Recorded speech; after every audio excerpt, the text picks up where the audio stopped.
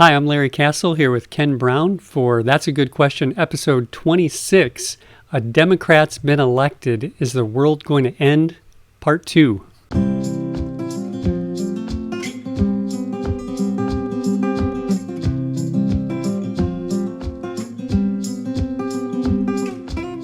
Pastor Ken, we started this conversation last week where we talked about the election. You had your article on the blog, the election postmortem, did our little beginning of the autopsy on the election, and you were in the article trying to prepare people for what you saw as a likely inevitability, and that is a Biden presidency.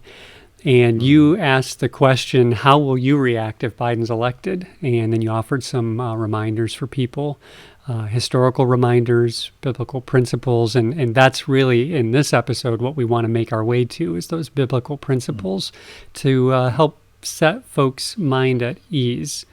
So we've both encountered good, godly people. You talked about this last week, smart people who we know personally, some of whom we know on social media. I'm going to mention somebody in a moment. The conversation I had on social media related to some of this, who are really afraid that we're headed to socialism or communism because of the results of the election. And so we talked last week why people are afraid and why people are so concerned with what the next 4 years will hold.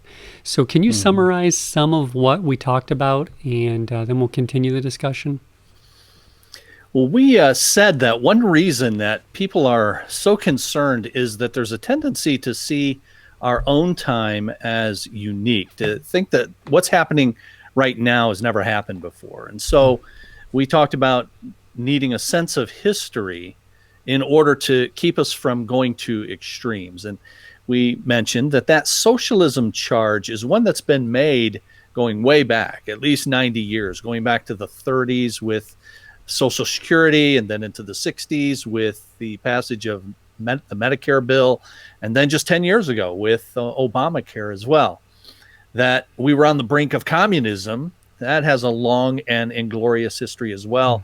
Many people will know the term McCarthyism after Senator Joseph McCarthy of Wisconsin, and he was hauling people before his committee, the Committee on Un-American Activities is what it was called, and they would haul people up and, have you now or have you ever been a member of the Communist Party was something that he would ask people. And then there was, during that time, the John Birch Society was really gaining some prominence. The John Birch Society still exists, but it was really becoming popular. And so as a result of that, conservatives, the conservative movement, had to clean house, and they were mostly successful. For the most part, they were able to do that in the 50s and 60s without having done that cleaning house with some of these fringe elements that were developing. Then it's doubtful that Ronald Reagan would have ever become president, that the conservative movement of my lifetime and of your lifetime would probably not have existed as it did. I mentioned last week that William Buckley, who founded National Review, kind of the conservative magazine of record, he's credited with dismissing the Birchers from being real members of the conservative movement. The guy who founded the John Birch Society, Robert Welch, had actually accused President Eisenhower of being a communist. Now, I just, chuckle at that, because here is Dwight Eisenhower, the hero of World War II, our president, in the midst of the Cold War, a Cold Warrior himself, and yet he's being accused by the founder of the John Birch Society of being a communist. Well, Eisenhower denounced the Birchers as well. So William Buckley did, Eisenhower did, and so they remained and have remained on the fringe of the conservative movements ever since that time. So we saw last week that these concerns about socialism, about communism, they are certainly not new, but they seem new if you're young and you aren't a real student of history or just haven't had time to live through a whole lot or learn a lot of that history. But if you do know that history, either because you experienced it or because you studied it, then you see that, in fact, it's not new. Yeah. Yep.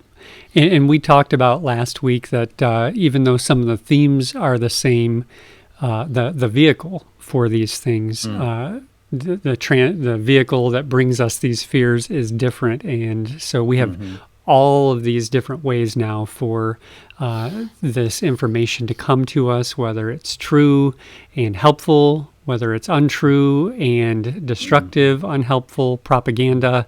And, we've got not only do we have print and radio, but we've got, 24/7 cable news. And then you've got online and all of the things, including social media, that come to us and do the same thing, right? Mm-hmm. So you've had print and radio for decades and decades, but the new thing is the amplification of the voices now beyond just print and radio. Now, as you said, you've got the internet, you've got social media, you've got cable TV 24/7, and you get to choose your station, the website you want to go to that tells you what you want to hear. And so the voices are amplified by technology, by what the marketplace has made available. In the 50s, you had to know somebody pretty much who was a Bircher in order to get information about the conspiracies that the Birchers were peddling.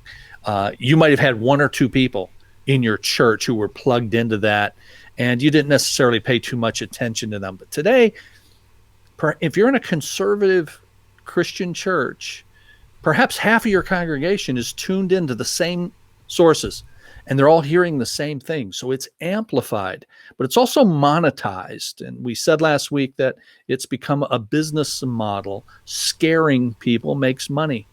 That's why you see on all of these cable shows, breaking news. Yeah.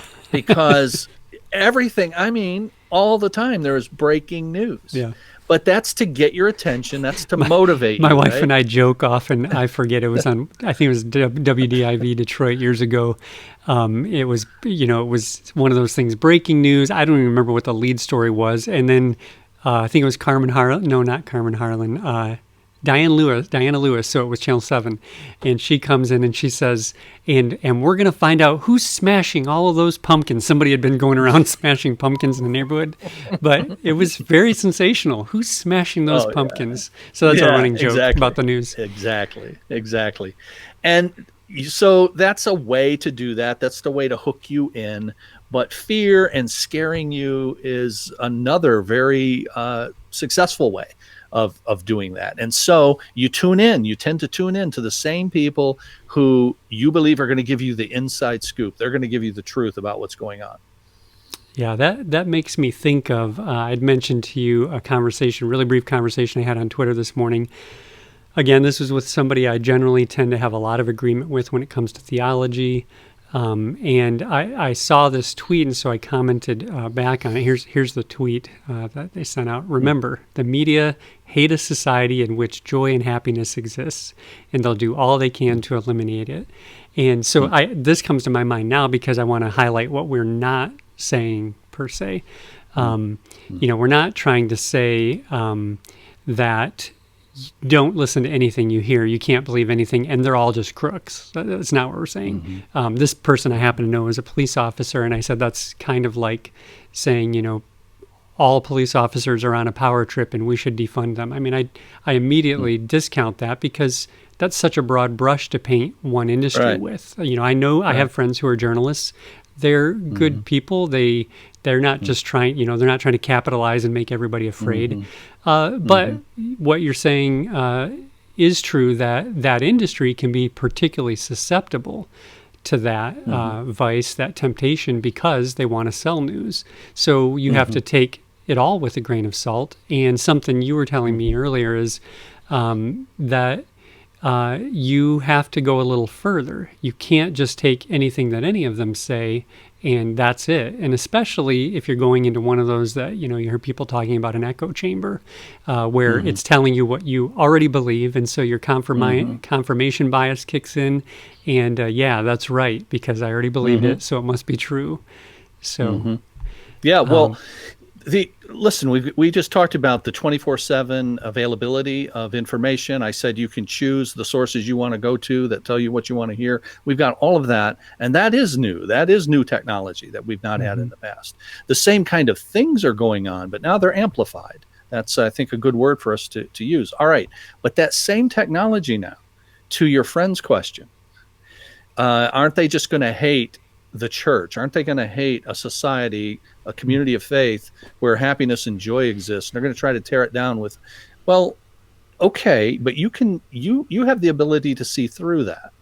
And the interesting part is this same medium, this same technology that creates a potential problem for us because we're being bombarded with all sorts of voices and we have to sort through all of that. But that same medium gives you more access to information than we've ever had before, so that you can go past what the talking heads are saying.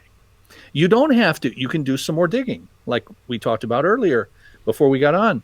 You can do some more digging, and you have it at your fingertips. If somebody says, this is what the court said about the election in Michigan, you don't have to take what they claim the court said. You can actually go and see what the court said. You can get the transcript of the court document. If somebody is saying Senator so-and-so or Republican or Democrat said such and such, you can actually go online and you can easily get that at your fingertips. What did they really say? Now, if you say, oh, look, I need it in more bite-sized versions, that's why we have the news. I need somebody who can package it for me because I don't have time to do all of that. And I said to you earlier as we were talking about it, well, congratulations. That means you have a life and you don't have time to go and dig all this up. Fine, fair enough. Let's go with that. Yeah, that's why.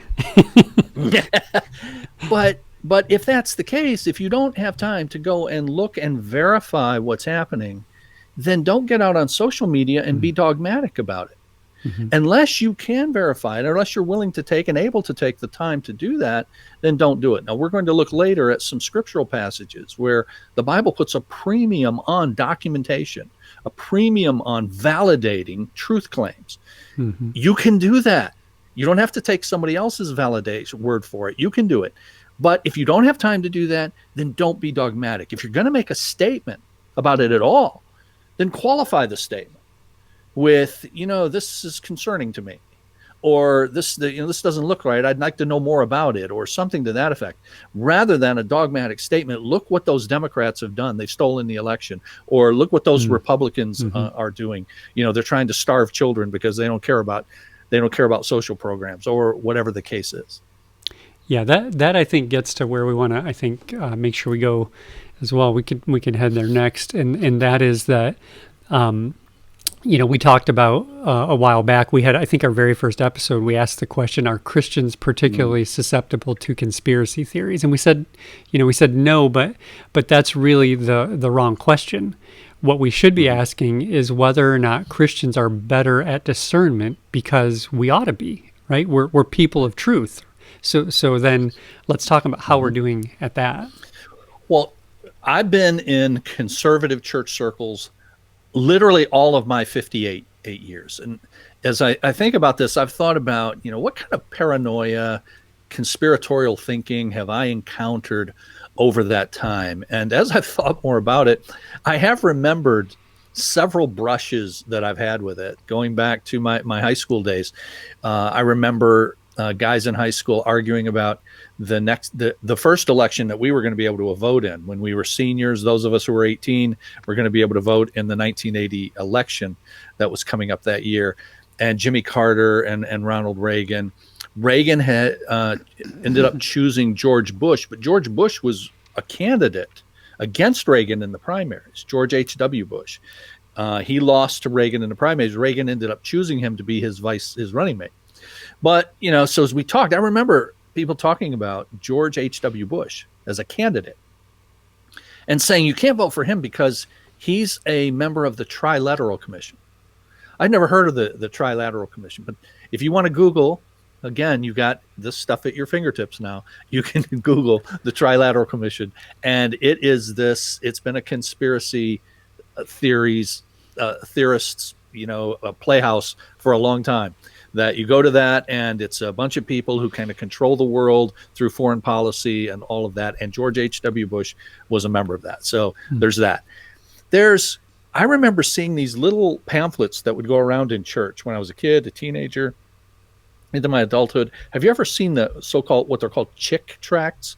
Chick is CHICK, but so named because the guy who wrote them and who did the animation for them, who did the comics, the strips for them, because that's the way they were. They were in these kind of comic book, small little booklets. And his name was Jack Chick. So Chick Publications and Chick Tracts. And so he had all kinds of these. There's some scary stuff in those. There was some very scary stuff. But there was also he wrote a bunch of conspiratorial stuff too, especially about the Roman Catholic Church and the things the Roman Catholic Church was involved in, the Jesuits as a secret society and all the things the Jesuits were doing, including, I'm not making this up, that they were behind the assassination of Abraham Lincoln. You'll have to look that one up on your own. Wow. But that was there's a lot of fodder for storytellers in this. I'm sensing. I think some of this stuff was worked into the X-Files.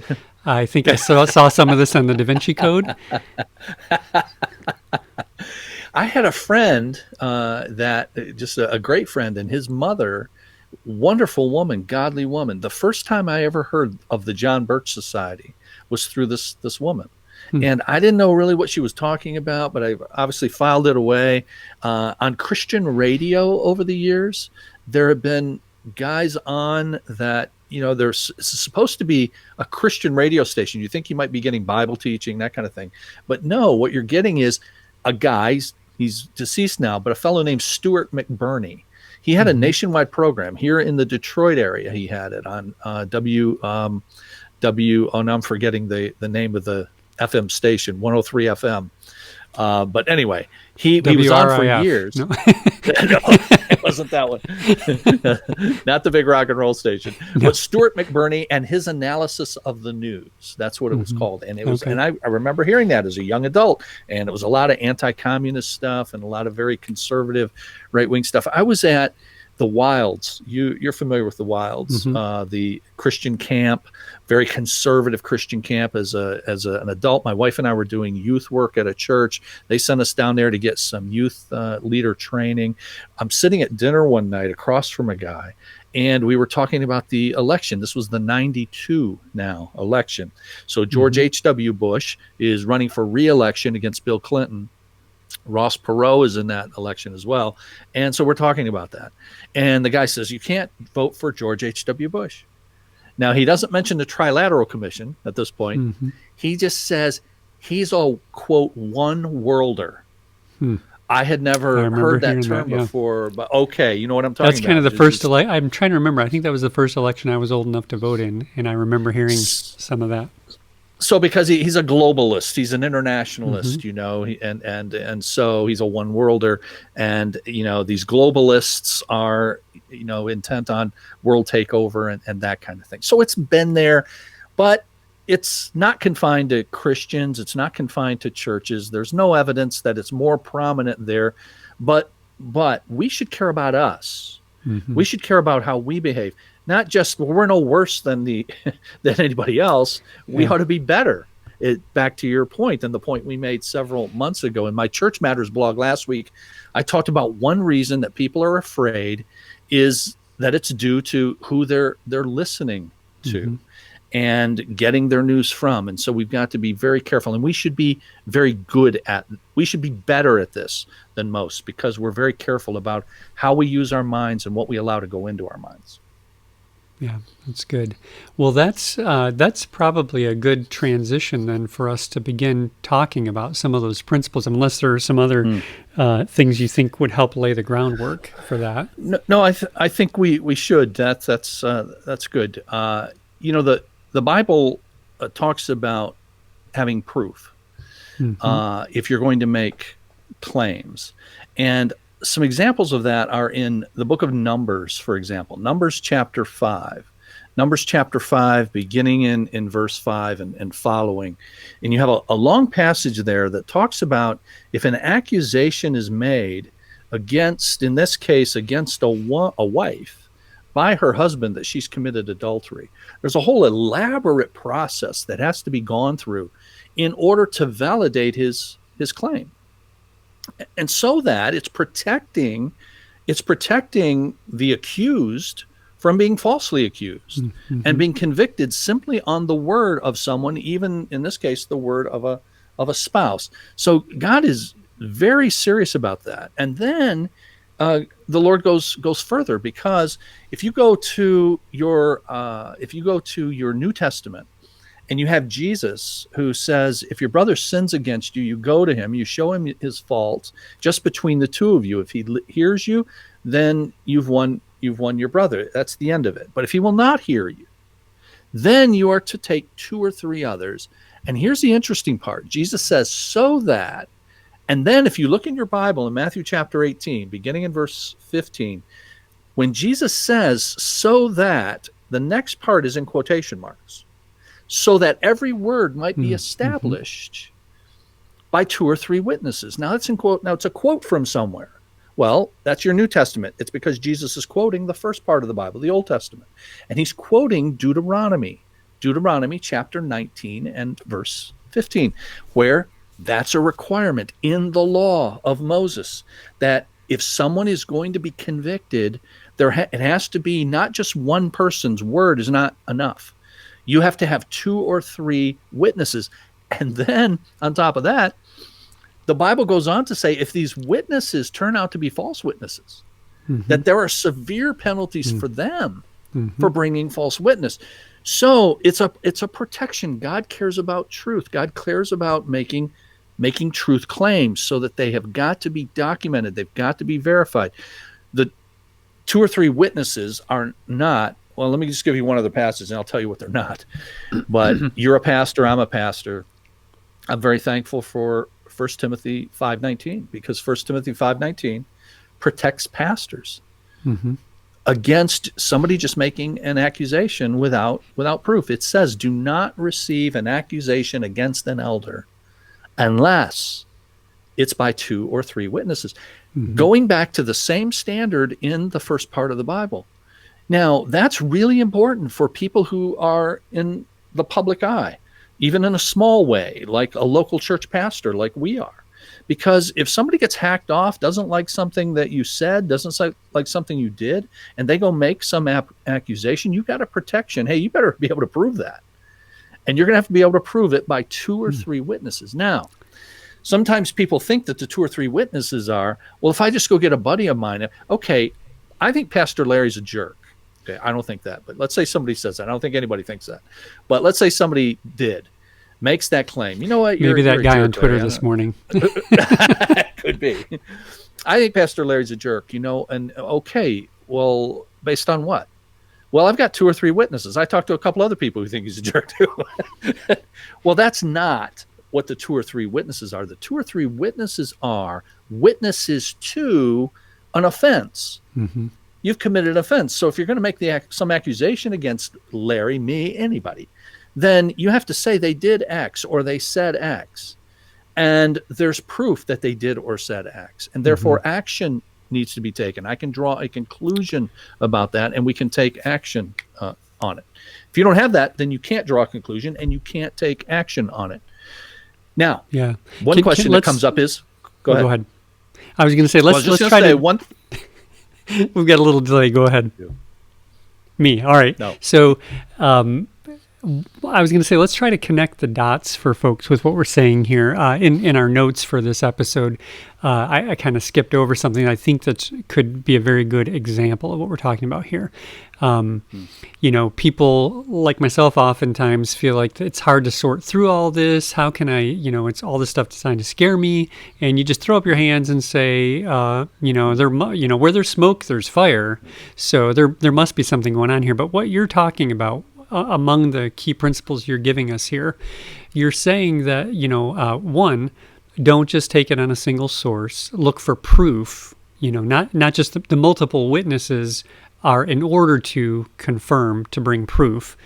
And there are penalties for false witnesses. So not all witnesses are equal, because people can bring false testimony. And so, you talked about in our previous conversation about this, and you've got down in our notes for today, the idea of being discipled. So in exercising discernment in where you're going to get your information and how you look at these sources of information. Can you connect the dots between that and what you were just saying, these biblical principles you shared?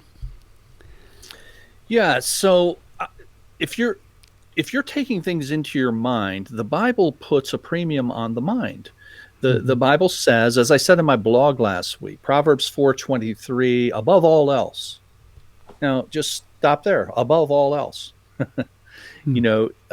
guard your heart. Now, in the Bible, the heart is the seat of the person. It's the seat of everything, and it begins with your thinking. As a man thinks in his heart, so is he, says the Bible. So, guard the way you think. Guard what comes into your mind, and so you don't. Then, if there's a premium upon things being proven, you don't just open up your mind to have background noise going on from people who make their living getting you coming back. And they have a particular business model of how to get you to come back, get you scared, get you riled up, say it's breaking news, you got to come back here for it all the time. So it's a huge mistake for people to just put on in the background the radio. And have someone discipling them. Because the Bible says that the mind is where everything enters. God has given us this mind. We are then to be very careful about what comes into it, and then once something comes into it, how we go about processing it. So, Pastor Larry, the way I make that connection is there are two steps here. There's what comes into your mind. You're very careful about that. Don't just let the purveyors of that which is designed to monetize what they're doing, get you coming back. Don't let those people control what's coming into your mind. But we all hear news. We all, I think, should take in news. But having taken it in now, there's the second thing. That's what I do with it. How do I process it? And you don't simply accept it. Now you go to the next step and you say, is this true? Is this verified? What I have come to understand, anecdotally, I grant, but just in my own informal conversations with people, is that what they're doing is they are turning on their radio at work, in their garage, at home, and they're just getting certain voices that are just barking at them all day this way. Or they're turning on their television to one station, and it's these voices just coming at you with one slant all day. So you're taking this in, and sometimes you're not paying attention. It's just in the background. Right, but you're getting the cryon, at the bottom with whatever that's screaming out at you. So what that's called? You hear the voices. Right. I think that's what, and I don't even know if I pronounced it correctly, but yeah, that's what it's called if I pronounced it correctly. Yeah. And so you've got that down at the bottom, and you can hear it in the background, and so almost subliminally, you're taking this in regularly. Well, that's not a proper guarding of your heart. So be careful about the way it comes in. Be careful about who you select to do that. Having allowed it to come in, now apply these biblical principles on how do I process this to determine that it's actually true. The good news is you got the internet. You can go and find that out. So if people are screaming about the election, since that's new, let's talk about that for a little bit. If people are screaming at you about the election and they're saying that people are unable to do their job as poll watchers, and they're being kept away, or they're being kept out because we saw pictures of people banging on the glass trying to get in at the old Cobo Arena, now the TCF Center in Detroit, in our area. If you see those, and then on the cryon down at the bottom, if it's saying that poll watchers kept out, and then you're seeing these people bang on that, you're going, hey, there's enough proof for me. Right. Well, guess what? Turns out that reminds me of the wagon bringing votes in the middle of the night. Yes. It was actually camera equipment. That was a reporter, and it just took a little bit of digging to find that out. Yeah. So, but it was it was mounting evidence when it was first surfaced, and it really does pay to say, well, let's check into that, or let's, like you're saying, what do I do with that information rather than just confirmation bias, allowing it to file it into the case we're already mounting in our mind. So the Bible requires, as we saw from these passages, it requires incontrovertible proof in order to validate a claim. Mhm. Now, this is something I think is important for us to talk about. And that is, there's a difference between evidence and proof. Mhm. Sometimes we use those interchangeably, and I understand that. But whether you want to use those terms or other terms doesn't matter to me. But you need to make a distinction between data items, Mhm. informational items, and proof. Because here's the deal. Everything, every single thing is evidence of something. Yep. Right. Literally everything is evidence of something. If you see people banging on a glass, that's evidence of something. Mhm. Now the question is, what's it evidence of? Right. And that's where proof comes in, because proof demonstrates what the evidence represents. But see, just seeing some people banging on a glass or seeing cardboard put on a window at the election center or the wagon, yes, those are all evidence. Fair Mhm. enough. But that says nothing, because every data item is evidence of something. And so, just to use, mundane, just to make the illustration, a plate and utensils out on the kitchen counter when you come home. Nobody else is home. There's plate and utensils out there, and it's clear there's some food has been on the plate and on the utensils. So that's evidence that someone ate something. Okay? But who ate it and what they ate requires some more. That requires some proof. You could make some assumptions about that, but that requires some more proof. Broken glass on a floor and the remains of a drinking glass there. Okay, that's evidence that a glass hit the floor and shattered. But who did it?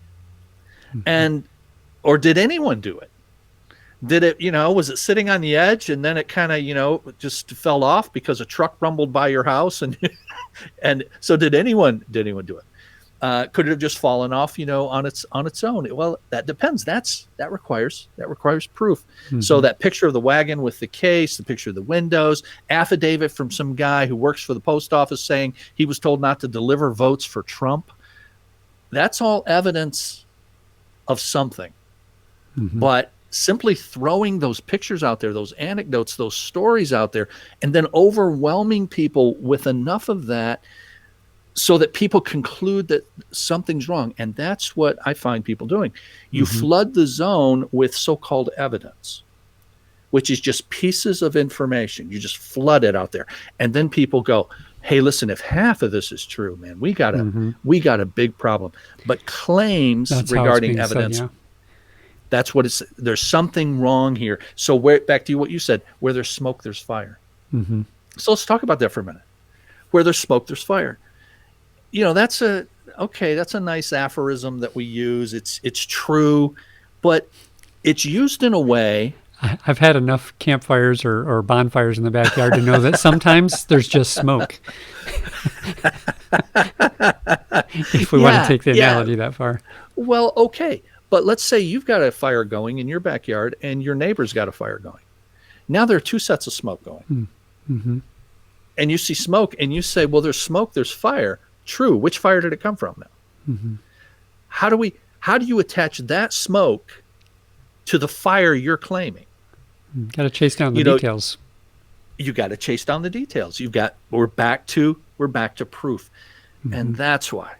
That was kind of my in the conversation I had this morning that I mentioned to you. That's kind of where I ended that my point. It was a fairly brief conversation, but it was echoing something you said last week, and that is this is hard, and that's why a lot of times we don't do it. It's just easier to go with the mantra. Yes.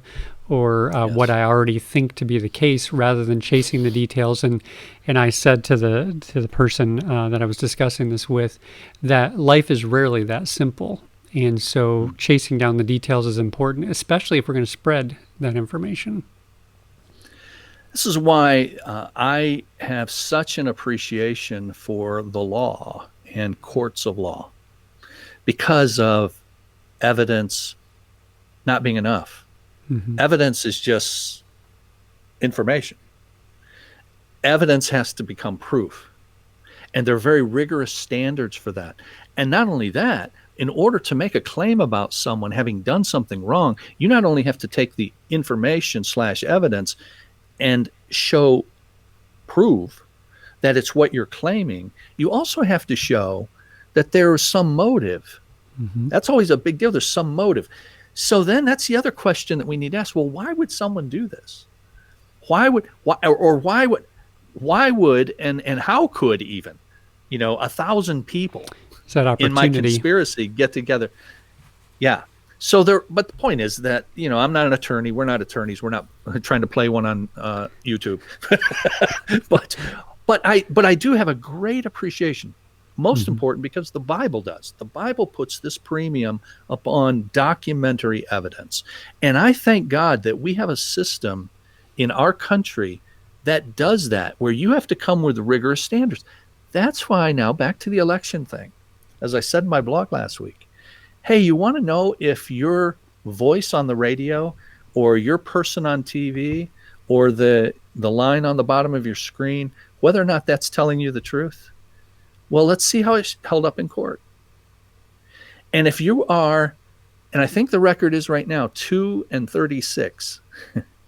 If you are 2-36, or if you get, 6 or 8 people last Thursday hold a press conference making the most incredible claims about the stealing of an election, and Venezuela's involved, and a software company's involved, communist China's involved, Cuba's involved. And pretty much everyone across the board. I mean, I told you last week, I heard folks online calling Tucker Carlson a globalist because he's going, wow, that's a pretty big claim. And I heard, what's the guy, Steven Crowder, heard him saying the same thing just a couple hours ago. A video came out where he's saying the same. I clicked, let's see what he's saying in preparation for this episode. And you've got the folks who are on the far right conservative side going, if Sydney's got this bombshell she's going to drop tomorrow, I think that's when there's supposed to be something coming today. tomorrow. I think it was supposed to be today. Is it today? I thought it was today. Yeah. I thought it was so today. Yeah. This is going to be something pretty incredible. Pretty much everybody agrees that if what's being claimed is true, I mean, they were going so far as to say, maybe she thought she had some evidence and spoke about it publicly and now has discovered it's not what she thought it would be. That's kind of what they were putting their money on.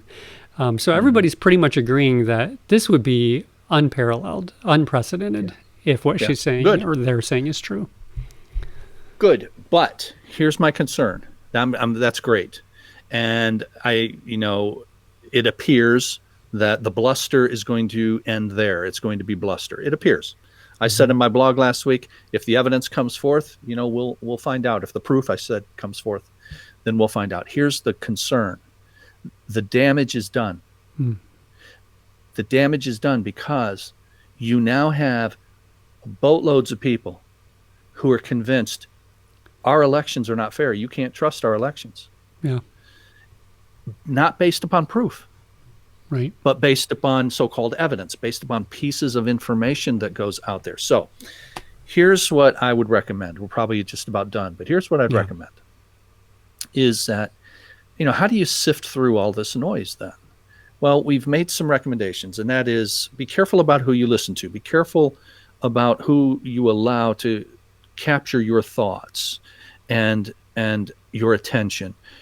2 Corinthians 10:5 says that we are to take every thought captive to the obedience of Christ. So that means every thought, man, you weigh every thought. Your mind is the gatekeeper. Don't let it in. Don't let somebody just in the background be the white noise telling you what to do. So that's one. But then as you are confronted with propositions and claims, now how do you process those? And you've got tools available to you to look it up, find out, and verify. And the Bible puts a major... Now, here's what you don't do. You don't just disengage, because that's what now I see some people saying, you know what, all right. I've heard pastors say, the pastors say this a few times now, and I am concerned about the information I'm getting and the reliability of it, so I'm just going to unplug from everything. Well, no, that's not the solution either. We are, as Christians, to be in the world, not of the world, but in the world. We're to know what's happening around us. We're to be aware, and we're to be able to interact with what's happening around us from the standpoint of a biblical worldview. The answer is not to unplug. Be engaged and be aware, but turn off some of the people. This episode should be a good one. This thing that's happened, in the last few weeks, should be a good way for you to gauge who's reliable.